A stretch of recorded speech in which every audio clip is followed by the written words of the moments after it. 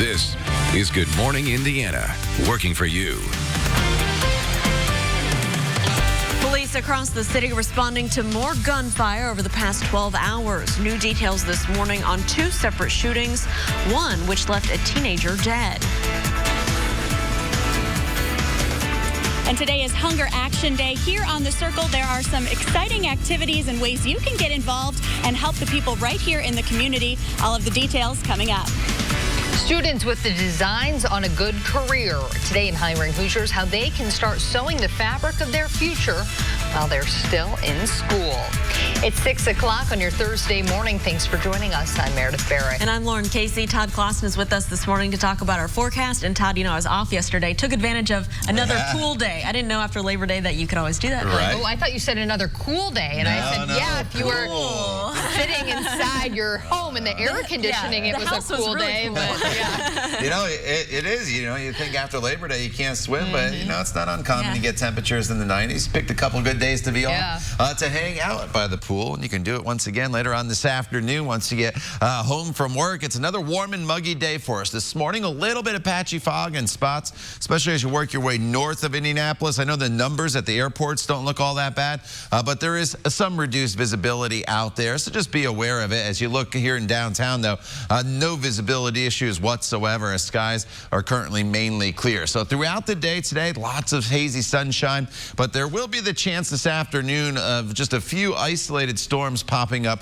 in northern portions of the state, just a little close to that front that is making its way through southwest Michigan and into the Chicago area. I was just checking, there were a lot of flights diverted from Chicago to Indianapolis late last night that have now taken off to get back up towards Chicago. But anyway, there could be an isolated storm or two in northern locations this afternoon, but this morning, at least through the noon hour, we are high and dry with temperatures quickly warming to 85 by the noon hour with highs eventually right around 90 degrees. Lauren? All right, Todd, thanks so much. We're keeping a close eye on traffic for your Thursday morning commute. Here's a live look right now at your drive to the southwest.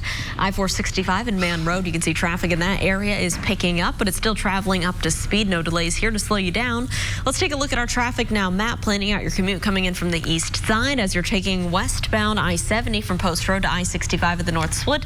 Just a 10-minute drive, no issues there to slow you down. Just want to give you a reminder, though, about this closure. Southbound, westbound, I-465. Those lanes are closed from I-70 down to I-65 through September 21st. Well, Metro Police have been very busy over the last 24 hours working several shooting investigations. That includes one that happened late last night that left a 17-year-old dead. Officers were called just before 11 last night to a home on West Edwards Avenue between Bluff Road and South Meridian Street on the south side. Police arriving on scene found a 17-year-old suffering from a gunshot wound. The teenager died at the scene while medics were treating him. IMPD tells us there was a disagreement between at least two people before the shots were fired, but that's all the information they've released so far. Well, also this morning, police continue to investigate after a man was found dead of a gunshot wound inside his car. Investigators were called out to 23rd Street southeast of Birdsdall and Riverside Drive around 5:30 Wednesday evening. The victim was taken to Eskenazi Hospital where he was pronounced dead. The man's name has not yet been released. RTV6 will bring you updates as soon as we learn new information. An update now to a shooting that injured two children on the northeast side. Metro Police now tell us that shooting was an accident. We've been following the investigation since last Friday when officers were called to a home on North Colorado Street. Investigators released new details saying they believe a third child shot the 2-year-old and 5-year-old with a shotgun left in a closet. The kids were not critically injured. The case will be turned over to the prosecutor's office to determine if any charges will be filed. At 6:04, a murder suspect from Boone County will not face the death penalty for an attack on a couple from Lebanon. Prosecutors say that back in 2017, Zachariah Wright stabbed and killed 73-year-old Max Foster, and then he attacked and tried to set fire to Foster's wife during a home invasion. Then Boone County prosecutor Todd Meyer announced plans to seek the death penalty for Wright. Well, now new prosecutor Kent Eastwood says that the death penalty is off the table and that he will instead seek a sentence of life without parole. Wright is now scheduled booked for a bench trial in November. This morning, a 20-year-old man is free after a jury found him not guilty of the murder of a bail bondsman. Robert Dew was acquitted of all charges against him. Dew was accused of killing Byron Frierson in March of last year. Frierson was a bail bondsman whom police say was trying to arrest Dew on outstanding warrants outside a funeral home at West 22nd Street in North Illinois. Frierson was shot twice during a struggle and later died. Metro Police say they were also looking for Dew at the time, but they were unaware that the bail bondsman was also trying to make an arrest. Well, September is Hunger Action Month, and today is the official Hunger Action Day. Here in Indiana, 1 in 8 Hoosiers are food insecure. Gleaners Food Bank provides food assistance to more than 260,000 people. And all month long, Gleaners is holding events where you can help make a difference. That's right. Our Alyssa Donovan is joining us live this morning on Monument Circle. And Alyssa, there is a special event happening out there today. That's right. There are going to be food trucks here. There's also going to be ways that you can donate to Gleaners and help people right here in our community. I'm here with the CEO of Gleaners Food Bank, John Elliott. Tell me, you guys have some new goals that you're going to be talking about today. We do. We've been working for about a year, and the board approved a new strategic plan in February, a new budget in August. So we've got our plan, and we're starting to implement. Changing the way we've traditionally fed people and focusing more on that convergence of hunger and health, trying to move health impact with more healthy, perishable, nutritious food, but then also partner with other organizations, going to county by county business plans that are really tailored to that community, and try to partner with other organizations that help solve problems the way families struggle with them. They're not dealing with hunger and isolation. There may be an employment issue or education or physical or mental health. They're dealing with a mix of things. So let's look at it the way those hungry client households do and hand them the solutions together as community organizations. So a lot about collaboration, a lot about dealing with health and hunger together. And you were also saying that, you know, you guys serve 21 counties here in Indiana. Each one is a little bit different as how you approach it. Talk to me a little bit about that. So we actually have changed the job descriptions of everybody in our program and services team. They have assigned counties where they are lead responsibility to and from those counties. We'll be physically present and more visible in each county, and have already been doing visits by county to better understand the mix of needs in that county, not just hunger by itself. We also are driving a lot of efficiency through the organization. Just in the last 2 years, we've reduced our cost through the facility by 60%. Wow. Which means we used to take $1 and produce 2.5 meals. We are now producing 4 meals with every dollar donated, a dramatic increase. And it accepts the reality that donors aren't going to give us 2.5 or 3 times the support they historically have to close the meal gap. Even with dramatic increases, of that million Hoosiers who are food insecure, we're still at 43% of the meal gap. We have not done half our work yet. So there's a lot of work to do. It's hidden behind the economic success in this state, but we're dealing with the underemployed or those who are struggling, and we have a gap to close. Yes. And you can help close that gap today. They are going to be here on the Circle at 11 a.m. and you can donate here. We'll have a lot more details coming up. I'll send it back to you in the studio. All right, Alyssa, thank you so much. Now to hiring Hoosiers. Well, we all have our own sense of style, which makes us different and unique from one another. And students are capitalizing on the opportunity to learn more about fashion in their merchandising class. Our Aaron Lish is live outside the McKenzie Center this morning. And Aaron, I understand these kids schooled you on the latest trends. They did. You know, we just celebrated the 50th year of Woodstock, and the bell-bottom jeans, the 1970s look starting to come in. That is the hot trend right now, and that's something that they are learning currently this week here in this fashion merchandising class. And in this course, what they do is they look to those marketing practices so they can take those selling products to you, and they focus on critical thinking and problem solving related to this fashion world. So looking into things, they look at product designing, selling selling, pricing, promotions, and retail theories. And they're also working on visual merchandising, so creating their own windows like you'd see walking through the mall, kind of attracting to go into that store. And students like London Clark, he wants his designs to be at the Met Gala, and this program is opening his eyes to a potential career while still in school. It's really helpful being a young person and knowing that, okay, I can do this now. This isn't something I have to necessarily go to college for. I can start now in my basement just making t-shirts, and I could slowly go up and make my own business. Outfits for these. You can see they're working on those programs on their computers, but they're also doing a fashion show at the end of the year to show all of their hard work. And along with learning about merchandising for students and all of this fashion world, they're getting college credit for business. So that's just an extra bonus. And we're going to hear a little bit more from London in the next half hour on who he admires in the fashion industry. Back to you in the studio.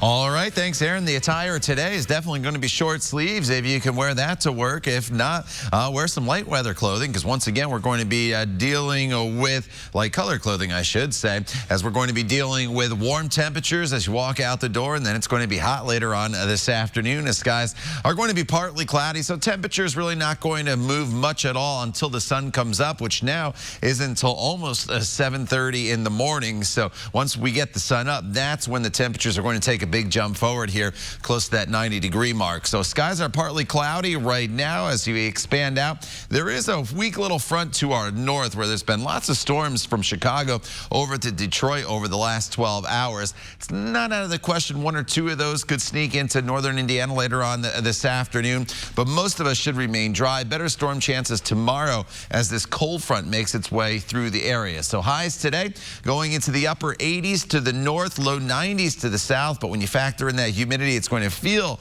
like it's in the mid-90s for just about everybody. We'll talk more about the storm chances for not only this afternoon, but for your Friday football frenzy forecast as well tomorrow coming up in Maine weather. All right, Todd, thanks so much. As companies get bigger, that means more jobs for Hoosiers. Just ahead, we'll show you what's causing the expansion for one business and how it could eventually mean a new job for you. And will the story stay buried for good? Up next, new developments in the plan to dig up the body of an infamous gangster and how a TV channel now wants nothing to do with it. Absolutely ends Monday at Ashley Home Store. Welcome back. As companies expand in our state, Indiana is poised to hire nearly 1 million people over the next 9 years. And RTV6's Hiring Hoosiers aims to connect people in our state to those opening opportunities. This morning, as a growing company prepares to launch a new product, it's already proving its commitment to college students and recognizing their value in the workforce now and in the future. Our Mark Mullins introduces you to Drybot and the people making it.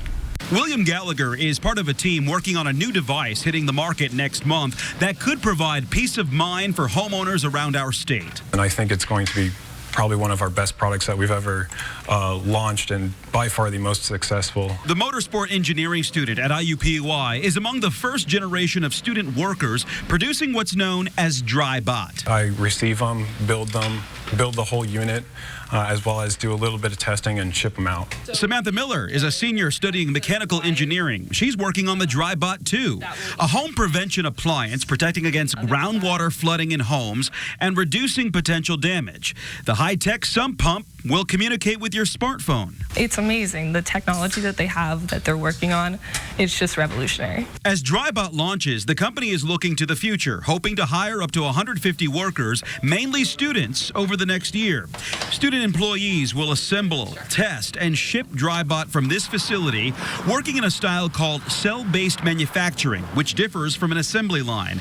Instead, students are trained in multiple areas of the assembly process, enabling them to build a Drybot from start to finish or pick up on a project where another team has left off. This opens up some scheduling freedom, which could be key for college students. The schedule that you work is super flexible. You can make your own hours. If you have to leave early to study or to do something else, they're very, very aware of your needs. If I need to take time off for school, all I have to do is just text my boss. The Drybot company has laid out a commitment to help students since the company's founder and managers worked their way through college. We're sympathetic and we understand the plight of the college student trying to balance studying, working to make money, and then trying to limit their debt as much as possible. The perks include high wages for student workers, free on-site lunch once a week, free on-the-clock workout classes, a retirement match even for part-time workers, and that flexible scheduling. Another perk, the company provides transportation for students to get to and from campus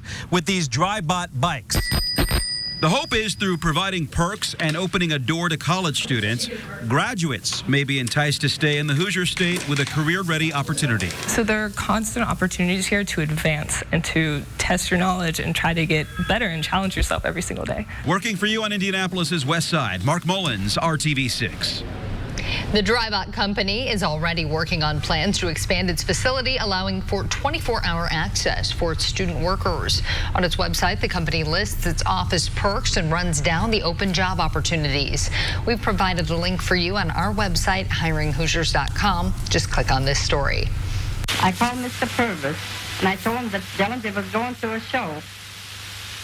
The government agent will follow us. When we came out, they tried to capture Dellinger, and he was killed.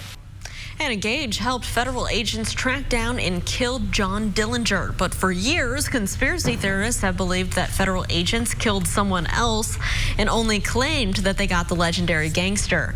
Well, man claiming to be Dillinger's nephew was one of those people. He wanted to dig up Dillinger's grave here at Crown Hill Cemetery in Indianapolis to find out whether he was actually inside. Well, now it appears that plan is on hold. The History Channel now says it will no longer partner with the Dillinger relative on a documentary. A spokesman for the History Channel says the decision was made to not move forward on the project, which was in the development stage. As part of the show, Dillinger's remains were supposed to be exhumed from their burial site at Crown Hill this month, but the cemetery objected to the plan, and that brought a lawsuit from Dillinger's nephew. A hearing in that lawsuit is scheduled for next month, but a state permit obtained by the Dillinger relative says the body must be exhumed no later than Monday. It is 6:18 right now, and it is already 70 degrees, Todd, outside. Yeah, you warm start, warm finish here across the area. The past 2 days we've been into the 90s. My forecast high for the day today, once again, is 90 degrees. So potentially 3 days in a row here that we have the 90-degree heat. As far as records, we have not broken any of those. The record high for today is at 96 degrees, and I do not think we will get to 96. Heat index values will feel like 96, but the actual temperature is not going to get there. So it's a warm morning. It's a muggy morning, very similar to what you walked out the door to yesterday. 72 degrees, that is the current temperature. The wind is calm out there. Yesterday got a little breezy in the afternoon, and the wind may kick up a little bit this afternoon as well. But here's the big issue. The dew point's up right around that 70-degree mark, and that's starting to get into that pretty uncomfortable territory. So everybody's within a couple degrees of each other this morning. 68 in Bloomington as well as Lafayette. 71 degrees as you make your way over towards the Richmond area. And here are those partly cloudy skies. I will mention, if you want to look outside, starting at 6:30 in the northwest sky this morning, the International Space Station will be flying by. You have about 6 minutes to do so. At 6:36, it will be setting in the southeast sky, so it's going to go from northwest to southeast. So again, that starts at 6:30 if you want to check it out. As far as storms, they've been mainly to our north the last 12 hours or so. It's not out of the question one or two could sneak into northern portions of central Indiana during the course of the day today, but they're all going to be just very, very spotty here and there. Nothing's going to be all that widespread for us across the area. So carry on with any plans you do have outdoors, but just know that there will be the possibility maybe of a quick passing downpour later on today, but it's not going to last very long at all. 84 by the noon hour, up to 90 degrees for your high temperature later on this afternoon. Then this evening, any storms that are out there will fade with sunset, which by the way now is before 8 o'clock in the evening at 7:59, and temperatures fall into the 70s. Now jump ahead on TrueCast here. This is overnight. Not much goes on, but as we work our way throughout the day tomorrow, a cold front is going to come through, and it's not showing a whole lot of moisture, but I do think there'll be a broken line of showers and storms that do make their way through the area tomorrow afternoon. Temperatures tomorrow back into the mid-80s. We probably don't get to 90 degrees because of that front, but your Friday football forecast. There could be some storms lingering to the east as those games get going tomorrow night. And by 9 o'clock, we're at partly cloudy skies. And then for the weekend, 83 on Saturday, 87 on Sunday. So it's a little bit cooler. The big difference over the weekend, though, the humidity comes way down. Enjoy it. It's brief. The heat builds back in, as well as the humidity heading into Monday and Tuesday. All right, Todd, thanks so much. We're keeping a close eye on your morning drive on this Thursday. Here's a look in the downtown area. I-65 at the North Split. Traffic is moving along just fine there this morning. Up to speed, no crashes or delays, so that is great news. Let's take a look right now at our map. We are monitoring a little bit of construction that just popped up here westbound I-865 just before I-65. Just use caution as you're traveling through that area. Quick look at drive times if you are heading into the downtown area from the northwest side at I-865 in the Dogleg. As you're taking I-65 southbound, it's only a 17-minute commute to the North Split. Everything there is traveling up to speed. This man is wanted for meth. And no, this is not a bit from a classic TV show. Up next on the Trending 6, how a suspect resembles a TV drug kingpin. Maybe a little too much.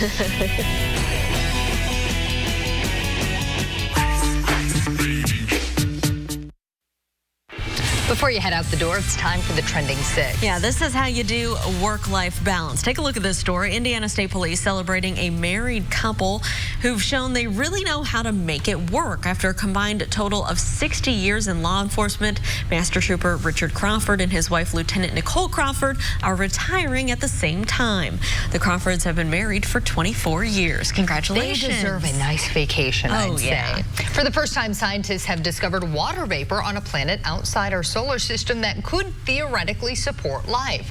The vapor was found on exoplanet K218b, which is 124 light years from Earth, so it might take you a minute to get there. The planet is much larger than Earth, but the research shows it could be about the same temperature due to its distance from a star that's similar to our sun. Interesting. Well, this man is wanted in Illinois for outstanding warrants for meth. His name is Todd Barrick. Well, no relation. No relation to Meredith. It's actually spelled differently. You can't see that. But now, if you're a fan of the TV series Breaking Bad, we know what you're thinking. Todd Barrick looks a little bit like this man, right? This is Walter White, played on this TV show by Bryan Cranston. Walter White, of course, was a chemistry teacher turned meth dealer on the show. I want to thank me for always being a giver and trying to give more than I receive. I want to thank me for trying to do more right than wrong. I want to thank me for just being me at all times. Snoop Dogg, you a bad... That was Snoop Dogg's very humble Hollywood Walk of Fame speech. The rapper is getting another award, the Sony ATV Music Publishing Social Leadership Award. It's to honor his work with his Snoop Youth Football League in Los Angeles.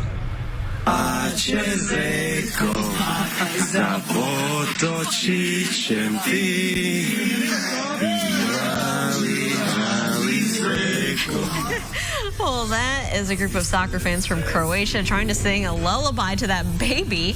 The fans were visiting from Slovakia for a game, and it sure didn't look like the baby was having any of it. It's like, what the heck? So funny. Last night, the New York Times posted this story about the evolution of whale songs, but they decided to make a karaoke reference in their headline. That prompted Twitter to respond. A host of people posting their favorite whale karaoke songs, such as Son of a Preacher Man, What If Pod Was One of Us, Livin' La Vida Orca, and one of our favorites, Moby Dicted to Love. That's good. That's Ooh, I wish I had a little more time to think of something creative, a good play on words. Those are pretty good. Yeah. All right, we do want to bring in Todd right now. Talk about our forecast. Another hot one, Todd. Yeah, warm and sunny once again for most of the day. Temperatures back up to near 90 degrees. We're in the 70s as you walk out the door this morning and get your day going. We'll be up to 83 already by the noon hour with those high temperatures, as I mentioned, right around 90 degrees. Drink plenty of water if you're going to be out and about. We'll talk more about your extended forecast when Good Morning Indiana continues. We'll be back in just a few minutes. Call 1-800-CALL-KEN. This is Good Morning Indiana, working for you. Breaking now at 6:30, Metro Police are busy this morning after a violent night in Indianapolis. The investigation's underway after a pair of deadly shootings. And a teenager dead this morning after a hit-and-run crash on the city's north side. The clues police are hoping will lead them to the person who was behind the wheel. And helping your kids find their best future career path. Just ahead in Hiring Hoosiers, the program that's helping students get a leg up in the fashion industry. It's the 6:30 here on your Thursday morning. Thanks for joining us. I'm Meredith Barrett. And I'm Lauren Casey. Todd Clausen is with us this morning to talk about our forecast for the day. And we do want to start with the visibility, Todd. Yeah, you know, I've been watching these visibilities. It's been as low as about a half a mile in Lafayette, and then it was up to 8 miles. Now it's back down to 1 mile. And once you get to that 1 mile threshold, you're starting to run into maybe some minor issues. And you notice from Indianapolis southward, it's not too much of an issue. But there is that darker shaded gray up towards the Logansport area, Monticello area as well. So just be aware that there is some patchy fog out there, but it's mainly in northern locations, as you see here in downtown Indianapolis. No visibility issues at all. The sun will start to climb over the horizon here shortly to brighten up our sky, but sunrise officially not until after 7:20 here this morning. So skies are partly cloudy across central Indiana. You don't have to go too far north, though, to run into a lot of rain. It's been a very active 12-hour stretch from Chicago over towards the Detroit area. There could be a stray shower later on this afternoon in northern locations, but at least for this morning, as we work our way hour by hour throughout the morning hours to your lunch hour, we quickly climb through the 70s to 85 degrees by the noontime. We'll talk more about the rest of the day and look ahead to your weekend as well, coming up in Maine weather in just a few minutes. All right, Todd, thanks so much. We're keeping a close eye on traffic this morning, and here's a live look over on the west side. No problems here at I-465 and West 10th Street. Traffic is picking up in all directions. Traveling up to speed, no crashes here to slow you down, but we'll continue to keep a close eye on things and keep you updated. We continue to follow breaking news from overnight. Right now, police are investigating a shooting on the south side that left a 17-year-old dead. That shooting happened around 11 o'clock last night on Edwards Avenue. That's just off Meridian Street, a little south of Hannah Avenue. Police say when they arrived, they found the teen with at least one gunshot wound. He died while medics were treating him. Police say there was some sort of disagreement just before the shooting. At this hour, police have not told us yet if they are looking for a suspect. Also this morning, police continue to investigate after a man was found dead from a gunshot wound inside his car. Investigators were called to 23rd Street southeast of Birdsall and Riverside Drive around 5:30 Wednesday evening. The victim was taken to Eskenazi Hospital where he was pronounced dead. The man's name has not yet been released, but RTV6 will bring you updates as we learn any new information. New York Fashion Week was underway, and that's where you kind of see all the latest trends and styles. And we want to talk about how you can do that back here in Indy. Yeah, students at the McKenzie Center are learning how to get into the fashion world through merchandising. Our Aaron Lish is live there now. And Aaron, what are these students gaining from this class? So they're learning how to connect with shoppers through business techniques, and they're learning their sense of style and fashion along the way. Going through the clothes racks. These probably are actually the best jeans. These are more of a slim fit type of vibe. London Clark completes a look in the fashion merchandising program. And just in the other room, it's more of a simple, sleek look. Students put together virtual outfits. Vintage, okay, you ought to be able to find a lot because that's the trend right now. Vintage 70s. They go in depth on marketing practices that support the sales of products that you buy while learning how to design. Well, I like to look nice, so I just figured this would be a great opportunity to learn about fashion. They take their sense of fashion and build displays for visual merchandising to attract customers like you in stores. So they can actually see what it's like to create that window at Nordstrom or at Saks. They focus on selling, pricing, retail cycles, and of course, fashion design. This program giving Clark a vision for his future. I can do this now. This isn't something I have to necessarily go to college for. I can start now in my basement just making t-shirts, and I could slowly go up and make my own business. For Clark, he wants the glitz and the glamour and to show his creativity and fashion for those on the red carpet. It's really interesting to see how people just wear whatever they want and it inspires others. So I want to be one of those people. So London, he admires Russell Westbrook, and he hopes to dress celebrities like him. His ultimate goal is to be at the Met Gala, and as he strives for that goal, he also will receive college credit through business for a class that he really enjoys. Back to you in the studio. Aaron, thank you. If you're looking to learn more about these career programs or other job opportunities in Central Indiana, our Hiring Hoosiers Facebook page is a big help. That's where you can find posts from prospective companies looking for new employees and all of our other Hiring Hoosiers stories. That's all just a click away for you on the Hiring Hoosiers Facebook page. It is 6:36. 36, the investigation into a crash killing a teen on the city's north side continues this morning. Police say the teen was riding a mini bike just after 8 o'clock last night on West Coyle Street, that's just off Michigan Road. Police say the driver turned off Michigan Road, hit the teen from behind. Authorities say the driver then got out of the car and ran away. Police say they are working to learn what led up to that crash. They're going to process the car so that they can actually prove positively who was driving the vehicle. They will talk to that driver and try and determine if maybe because of the diminished light they didn't see it, or if he just wasn't paying attention, or what exactly led to the crash. Why was it that he didn't see the motorcycle? Authorities say the car was registered to a person who lives nearby. They're now working to see if any charges will need to be filed in that case. The city of Carmel says one of its police officers who is accused of driving drunk had a blood alcohol content more than twice the legal limit. Police stopped Carmel officer Brian Hood Tuesday evening near City Center Drive and Rangeline Road. Hood was driving his personal vehicle. During the stop, officers determined Hood had been drinking and performed a breath test. Investigators say Hood registered a 0.19% BAC and he was booked into the Hamilton County Jail. He's now on paid leave pending the outcome of the investigation. Well, neighbors down in Martinsville are concerned about their safety this morning. It's all because police are now investigating 2 deaths that happened within a week, and they're not far from each other. Investigators say the first death happened on September 4th near Garfield Avenue and Crawford Street. Officers found a woman dead near the intersection. Police say the second death happened on September 10th. That was on South Lincoln Street.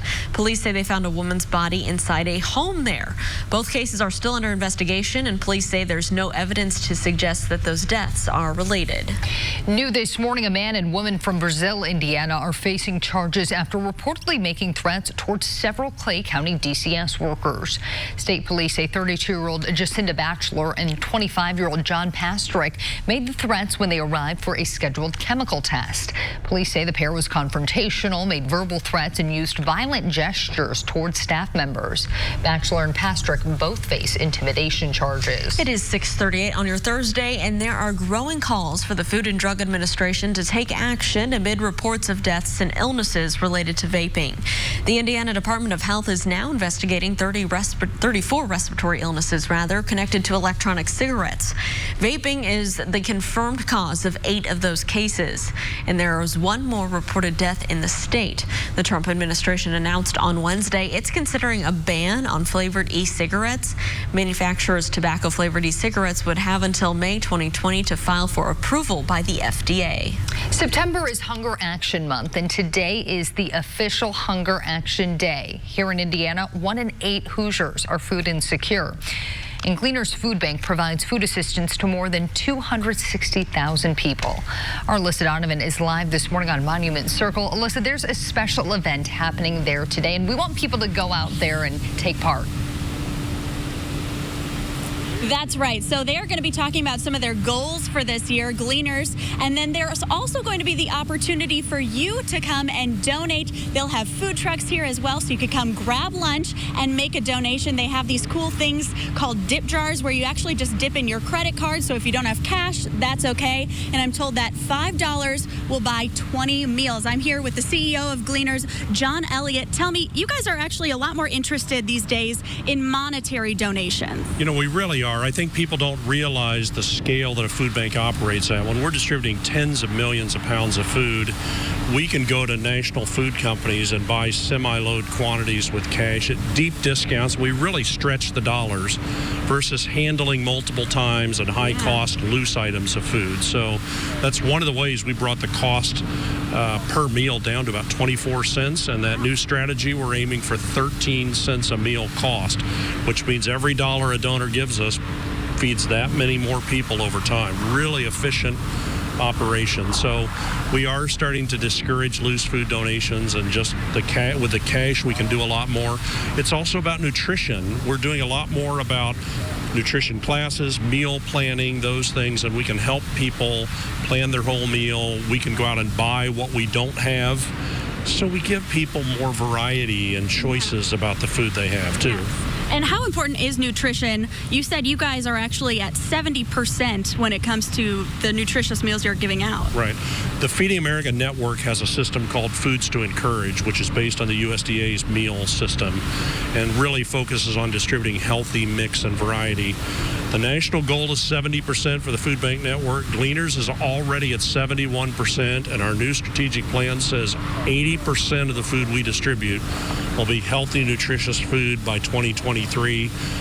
I suspect my team at Gleaners will be doing that early. It sounds like it. Very exciting stuff going on with you guys. And of course, today is Hunger Action Day, and we are wearing orange because of that. We are. So we want people to go out as they come to the circle, wear your orange. I want you to show us your socks really quick. Wasn't enough, so I had to pull out some orange socks. Yes. So, and I appreciate your orange dress. Yes, John is ready. I am ready. This starts at 11 a.m. today. Again, food trucks are going to be here, and you can easily donate with your credit card. Again, $5 will give out 20 meals. Reporting live, Alyssa Donovan, RTV6. All right, thanks, Alyssa. It'll be warm there on the circle as we head into the late morning and lunch hour, but nonetheless, great cause there.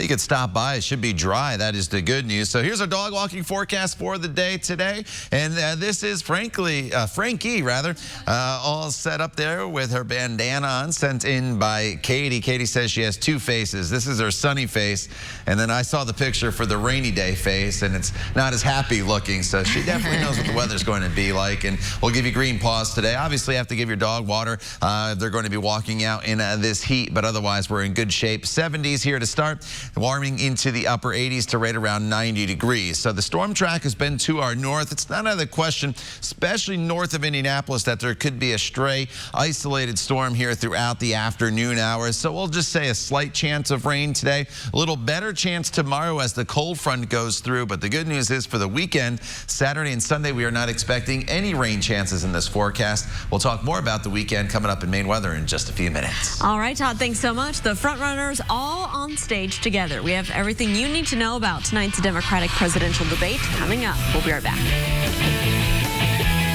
Prices at Ross. Yes for less. 10 Democratic presidential candidates will take the stage in the third debate tonight in Houston. It'll be the first time all the frontrunners will be on stage together. The debate, hosted by ABC News and Univision, will feature former Vice President Joe Biden, Senators Cory Booker, Kamala Harris, Amy Klobuchar, Bernie Sanders, and Elizabeth Warren. Beto O'Rourke, South Bend Mayor Pete Buttigieg, Julian Castro, and Andrew Wang round out the field. You can watch all 10 of the Democratic presidential contenders go head-to-head tonight at 8 only on RTV6. Then be sure to stick around for RTV6 News at 11 for a complete recap. It is 6:46 as the crackdown on flavored e-cigarettes continues. 2 people in Wisconsin are now facing charges for selling illegal vaping products. Police say the 2 brothers were running a drug empire. Officers seized 31,000 vape cartridges filled with THC worth about $1.5 million. Officials say the illegal operation may be connected to vaping illnesses across the country that have left 6 people dead and hundreds sick. The 20 and 23-year-old brothers are now facing a number of drug charges this morning. If you're a little bit superstitious, you might want to avoid thinking too much about tomorrow. If you haven't realized it yet, tomorrow is Friday the 13th. And here is a bit of an added twist. It will also be a full moon. I feel like we need to insert a wolf howl in here.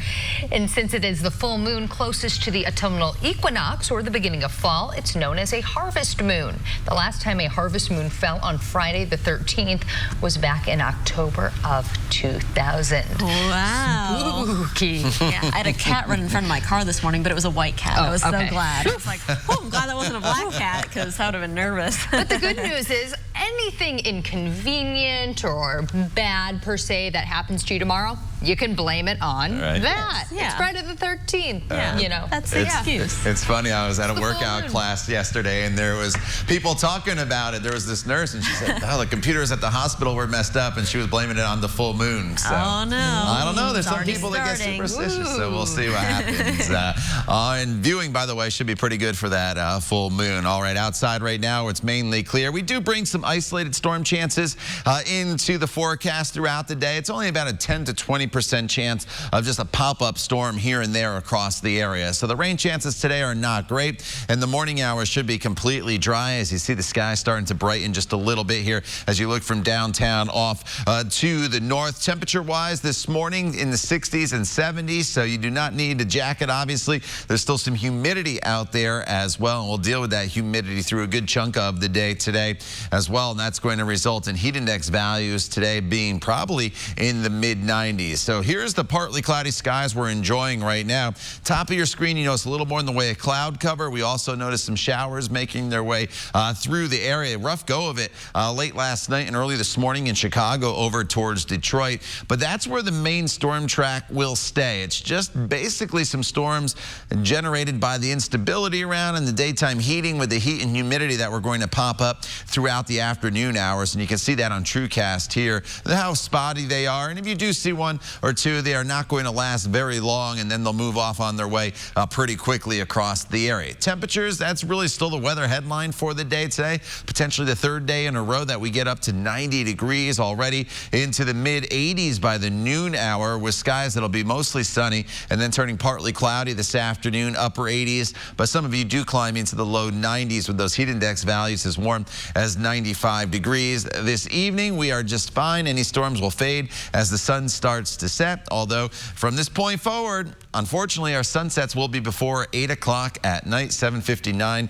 tonight. And then as we work our way into the evening, it's still pretty warm, though, with temperatures that will be in the 80s. Tomorrow, it's Friday, end of the work week, high school football taking shape. We're looking at temperatures tomorrow into the mid-80s, so we probably don't get to 90 tomorrow because the cold front arrives, and that will bring in the chance of some scattered storms into this forecast. The timing of these storms will be probably mid-afternoon, but it's just a broken line of showers and storms that'll go through. In fact, TrueCast isn't really showing a whole lot right now, but I do think there will be some storms around throughout the afternoon hours for high school football games tomorrow. Most of those should be out of the forecast. Then Saturday, mostly sunny to partly sunny, 83 degrees, so it's a little cooler, but the big difference is Saturday, the humidity comes way down, and then Sunday, 87 degrees, a little bit warmer, a little more humid, but the weekend will be dry, and we have two big football games taking place out at Purdue with TCU and Ohio State taking on the Hoosiers down in Bloomington on Saturday. Both those games should be great weather-wise, and then as we work our way into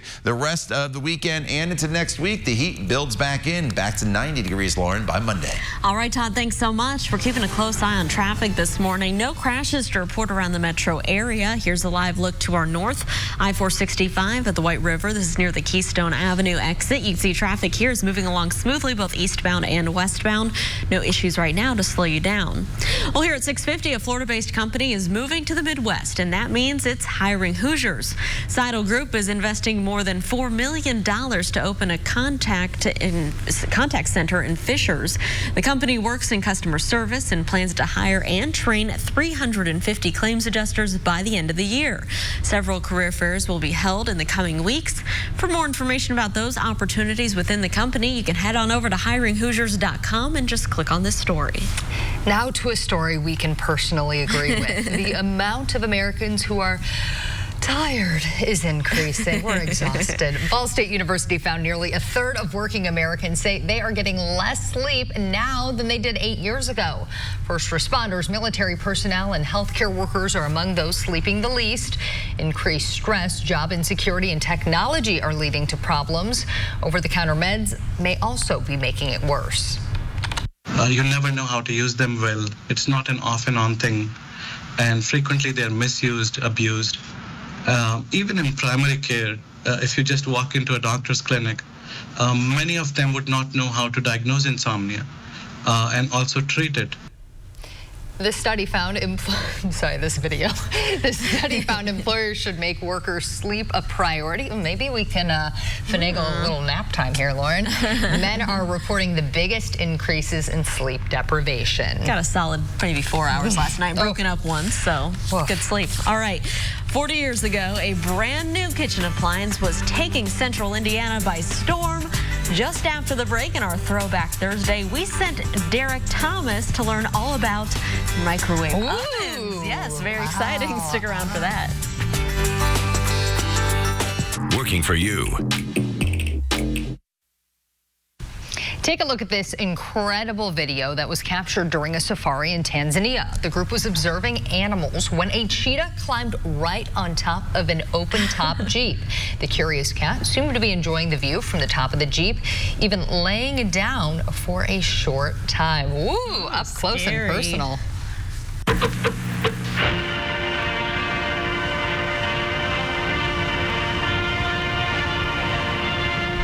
It is that time once again this week where we dive into the RTV6 vaults and we take a look back into the past. This morning we're taking you back 40 years to a kitchen appliance that took central Indiana by storm.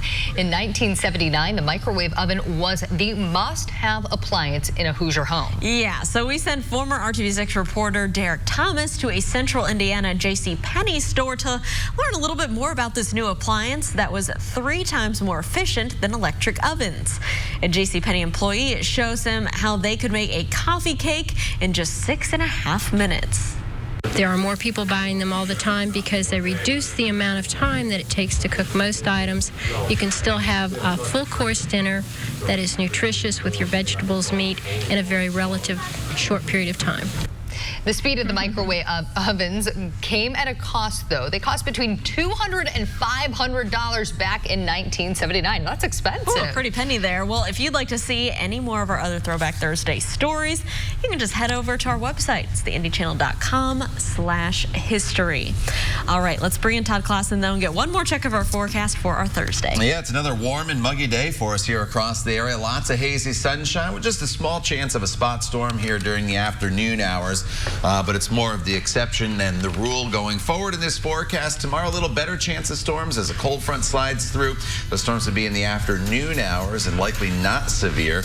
And then the weekend looks great with lower humidity and temperatures in the 80s. All right, Todd, thanks so much. And thank you for joining us. We're back in 25 minutes and all throughout Good Morning America with news, weather, and traffic. Thanks for watching. Have a great day.